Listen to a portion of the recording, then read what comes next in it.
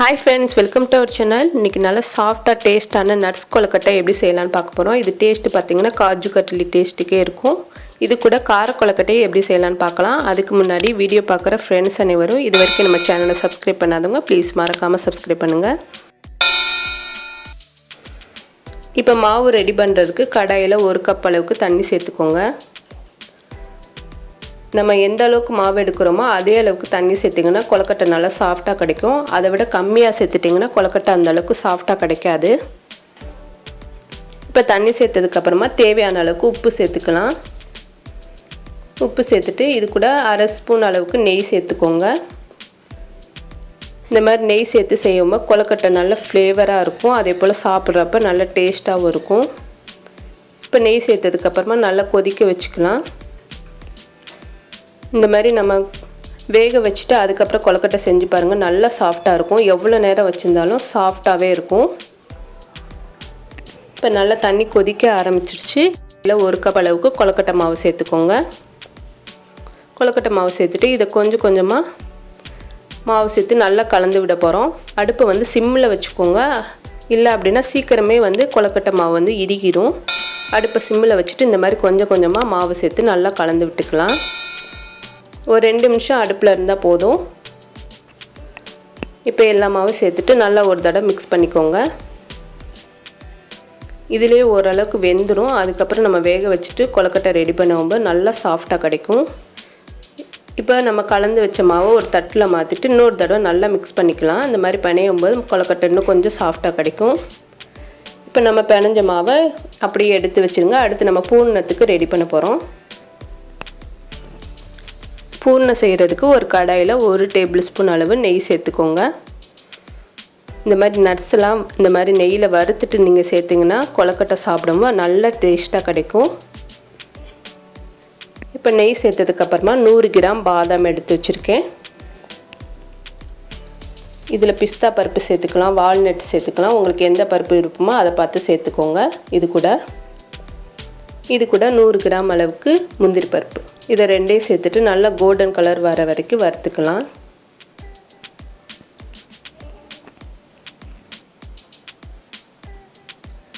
இது டேஸ்ட் நல்லா டிஃப்ரெண்ட்டாக இருக்கும். இதே போல் குட்டீஸ்களுக்கு செஞ்சு கொடுங்க. நல்லா ஹெல்த்தியாகவும் இருக்கும். டேஸ்ட்டு பார்த்திங்கன்னா சூப்பராகவே இருக்கும். விநாயகர் சதுர்த்திக்கு இந்த மாதிரி செஞ்சு கொடுங்க.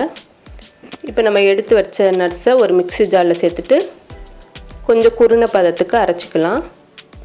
ரொம்பவும் நைஸாக அரைச்சிடாதீங்க. இப்போ நம்ம அரைச்சதை அதே கடாயில் கொஞ்சம் நெய் இருந்துச்சு அதோடு சேர்த்து போட்டேன். இது கூட தேவையான அளவுக்கு சுகர் சேர்த்துக்கோங்க.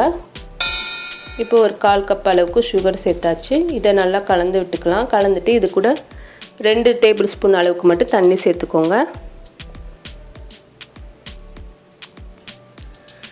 உங்களுக்கு சுகர் பிடிக்கலைன்னா இதில் நீங்கள் காரம் சேர்த்து கூட கார கொழுக்கட்டையாக கூட செஞ்சுக்கலாம். ரெண்டுமே நல்லா தான் இருக்கும். சுகர் சேர்த்தாலும் நல்லா தான் இருக்கும். காரம் சேர்த்து கொழுக்கட்டை செஞ்சாலும் டேஸ்ட்டு சூப்பராகவே இருக்கும். இப்போ நல்லா கலந்தாச்சு. அடுத்து நம்ம கொழுக்கட்டை செய்கிறதுக்கு நம்ம கலந்து வச்சுருந்த மாவை சின்ன உருண்டையாக உருட்டிக்கோங்க.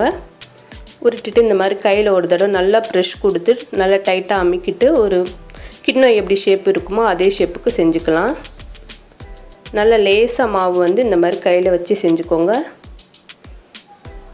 அப்போ தான் நம்மளுக்கு பூரணத்தோடு சேர்த்து சாப்பிடும்போது அந்தளவுக்கு மாவு தெரியாது.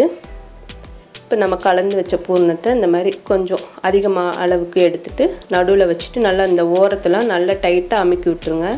நம்மளுக்கு வேகும்போது பிரிஞ்சு வந்துடக்கூடாது. அந்தளவுக்கு டைட்டாக ஒரு தடவை ப்ரெஷ் பண்ணிக்கலாம். நல்லா அமுக்கிட்டு கார்னரில் இந்த மாதிரி ஓரத்தில் லைட்டாக கையில் இந்த மாதிரி தட்டிட்டிங்கன்னா நல்ல ஷேப் சூப்பராக கிடச்சிரும். இதுக்குன்னு தனியாக அச்செல்லாம் தேவையில்லை. நம்ம கையிலே ஈஸியாக செஞ்சிடலாம். இதே போல் எல்லா கொழுக்கட்டையும் நம்ம ரெடி பண்ணிக்கிற போகிறோம். இப்போ எல்லா கொழுக்கட்டையும் ரெடி ஆயிடுச்சு. இதை ஆவியில் வேக வச்சுக்கலாம். வேக வைக்கிறதுக்கு தேவையான அளவுக்கு தண்ணி சேர்த்துக்கோங்க. தண்ணி நல்லா கொதிக்க ஆரம்பிச்சிருச்சு. அதுக்கப்புறம் நம்ம ரெடி பண்ண கொழுக்கட்டையை வச்சுட்டு இதை மூடி போட்டு ஒரு 10 நிமிஷம் வேக வச்சுக்கிற போகிறோம். மூடி போட்டாச்சு. ஒரு 10 நிமிஷம் நல்லா வேகட்டும். இப்போ 10 நிமிஷம் ஆயிடுச்சு. சூப்பராக நம்மளுக்கு கொழுக்கட்டை வெந்து வந்துருச்சு. இதை எடுத்து நம்ம வேறு தட்டில் மாற்றிக்கலாம். இப்போ நம்மளோட நட்ஸ் கொழுக்கட்டை ரெடி ஆயிடுச்சு. இது பார்த்திங்கன்னா நம்ம பிக்கும்போது தெரியுது எந்த அளவுக்கு சாஃப்டாக இருக்குன்னு. டேஸ்ட்டும் பார்த்திங்கன்னா சூப்பராகவே இருக்கும். இதே போல் உங்கள் குட்டீஸ்க்கு ட்ரை பண்ணி பாருங்கள். நல்லா ஆரோக்கியமான நட்ஸ் கொழுக்கட்டை ரெடி ஆயிடுச்சு. விநாயகர் சதுர்த்திக்கு இதே போல் செஞ்சு கொடுங்க, விரும்பி சாப்பிடுவாங்க. இப்போ கார கொழுக்கட்டை செய்கிறதுக்கு நம்ம எடுத்து வச்ச மாவை சின்ன சின்ன உருண்டையாக உருட்டிக்கிற போகிறோம். நல்லா கையில் ஒரு தடவை நல்லா ப்ரெஷ் கொடுத்து உருட்டுங்க, நல்லா சாஃப்டாக கிடைக்கும். இதே மாதிரி எல்லா மாவையும் நம்ம உருட்டி எடுத்துக்கலாம்.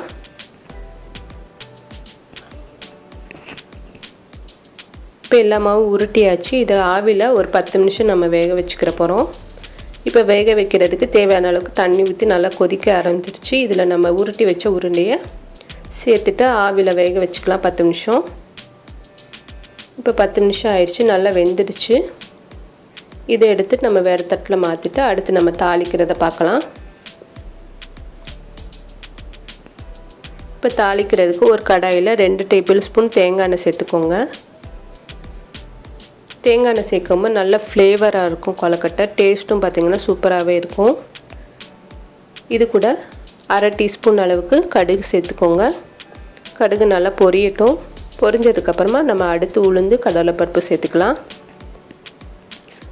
இப்போ நல்லா பொரிய ஆரம்பிச்சிருச்சு. இது கூட ஒரு டேபிள் ஸ்பூன் உளுந்து சேர்த்துக்கோங்க.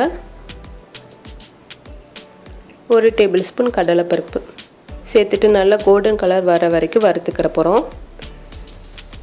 நம்ம எப்போவுமே ஒரே மாதிரி இனிப்பு கொழுக்கட்டைக்கு பதிலாக இந்த மாதிரி கார கொழுக்கட்டை செஞ்சு பாருங்கள், டேஸ்ட்டு நல்லாயிருக்கும். இப்போ நல்லா வறுத்தாச்சு. இது கூட ஒரு 10 பீஸ் அளவுக்கு கருவேப்பிலை சேர்த்துட்டு நல்லா மொறுமொறுப்பாக வர வரைக்கும் வறுத்துக்கலாம். நம்ம இந்த கருவேப்பிலையோடு சேர்த்து சாப்பிடும்போது டேஸ்ட்டு நல்லாயிருக்கும். இது கூட 1/4 டீஸ்பூன் அளவுக்கு பெருங்காயத்தூள், 1/4 டீஸ்பூன் மஞ்சத்தூள் சேர்த்துட்டு நல்லா மிக்ஸ் பண்ணிக்கலாம். இப்போ நல்லா கலந்தாச்சு. இதுக்கு கூட காரத்துக்கு தேவையான அளவுக்கு மிளகாத்தூள் சேர்த்துக்கோங்க. 1 டீஸ்பூன் தனி மிளகாத்தூள் சேர்த்துட்டு லைட்டாக மட்டும் கலந்து விட்டுட்டு அடுத்து கொழுக்கட்டை சேர்த்துக்கோங்க. ரொம்ப நேரம் கலந்திங்கன்னா கலர் மாறிடும், அந்தளவுக்கு டேஸ்ட்டும் நல்லா இருக்காது. நம்ம வேக வச்ச கொழுக்கட்டை எல்லாத்தையும் சேர்த்துக்கலாம். சேர்த்துட்டு நல்லா ஒரு 2 நிமிஷம் அந்த ஆயிலே மசாலாவோட வாடையெல்லாம் போகிற வரைக்கும் நல்லா கலந்து விட்டுக்கிற போகிறோம். இப்போ நல்லா கலந்தாச்சு. இது கூட ஒரு 1/2 கப் அளவுக்கு தேங்காய் துருவல் சேர்த்துக்கோங்க. இந்த மாதிரி தேங்காய் துருவல் சேர்த்து ஒரு தடவை ட்ரை பண்ணி பாருங்கள், டேஸ்ட்டு சூப்பராகவே இருக்கும். அந்த பருப்பு தேங்காவோடு சேர்த்து இந்த கொழுக்கட்டை சாப்பிட்டு பாருங்கள். இது கூட தேவையான அளவுக்கு உப்பு சேர்த்துக்கலாம். நம்ம ஏற்கனவே மாவில் கொஞ்சம் உப்பு சேர்த்து தான் செஞ்சுருக்கோம். இந்த மசாலாவுக்கு மட்டும் கொஞ்சமாக பார்த்து சேர்த்துக்கோங்க. சேர்த்துட்டு ஒரு 2 நிமிஷம் மட்டும் அடுப்பில் வச்சு நல்லா கலந்து விட்டுக்கலாம். நம்ம வீடியோ புதுசாக பார்க்குறீங்கன்னா நம்ம சேனலை மறக்காமல் சப்ஸ்கிரைப் பண்ணுங்கள். இதை மணி கொழுக்கட்டைன்னு சொல்லுவாங்க, கார கொழுக்கட்டைன்னு சொல்லுவாங்க. இப்போ நல்லா கலந்தாச்சு. இதை எடுத்து வேறு பிளேட்டில் மாற்றிக்கலாம். இப்போ நம்மளோட கார கொழுக்கட்டை ரெடி ஆயிடுச்சு. இது நல்லா சாஃப்டாக இருக்கும்.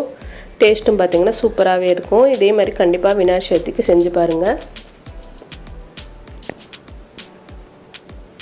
இன்றைக்கி நம்ம நட்ஸ் கொழுக்கட்டை, கார கொழுக்கட்டை ரெண்டுமே செஞ்சாச்சு. இது டேஸ்ட்டு பார்த்திங்கன்னா சூப்பராகவே இருக்கும். விநாயகர் சதுர்த்திக்கு கண்டிப்பாக ஒரு தடவை ட்ரை பண்ணி பாருங்கள். இந்த வீடியோ உங்களுக்கு பிடிச்சிருந்துச்சுன்னா லைக் பண்ணுங்கள், ஷேர் பண்ணுங்கள், மறக்காமல் நம்மளோட சேனலுக்கு சப்ஸ்கிரைப் பண்ணுங்கள். தேங்க்யூ.